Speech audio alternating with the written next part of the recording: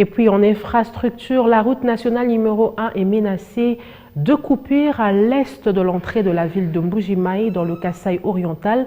En effet, ce sont 3 têtes d'érosion qui ont entamé une bonne partie de la route. L'absence de la canalisation de eau de plus serait l'une des causes. La population lance donc un SOS au pouvoir public pour sauvegarder cette importante voie d'approvisionnement de la ville. Reportage que nous signe Franck Bambi.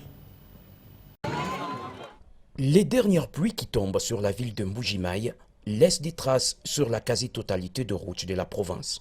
Ici, nous sommes sur la RN1, à l'entrée est de la ville diamantifère. 3 têtes d'érosion menacent de couper cette route. Jour après jour, ces érosions avancent sans qu'aucune intervention ne puisse avoir lieu.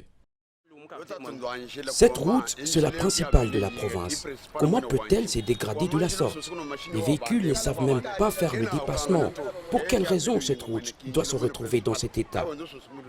Outre l'érosion de la RN1, les eaux des pluies non canalisées mettent en mal de parcelles situées le long de cette route. Cet homme déplore la situation. Nous disions que c'est sous l'Ancien Régime que la population fouillait vers d'autres provinces.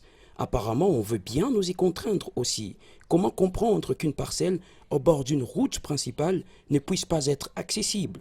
Il est difficile même de la mettre en vente par le temps qui court, quand on sait que même un vélo ne peut pas y entrer.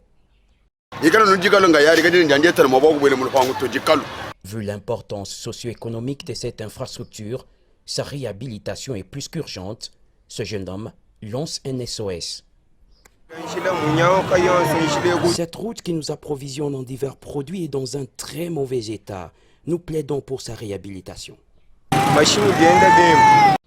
Au gouvernement provincial du Kasaï oriental, l'on dit n'est pas disposé des fonds nécessaires pour faire face à cette urgence.